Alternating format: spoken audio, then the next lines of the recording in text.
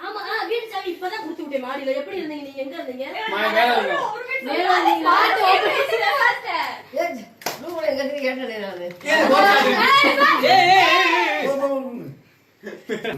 கத்தருக்கும் சந்தோஷமா இருக்கும்படி எங்களுக்கும் சபை மக்களுக்கும் குடும்பத்துக்கும் ஆசிரியர் குடும்பத்துக்கும் இருக்க முடியாத ஜெபிக்கிறதுக்காகவே இந்த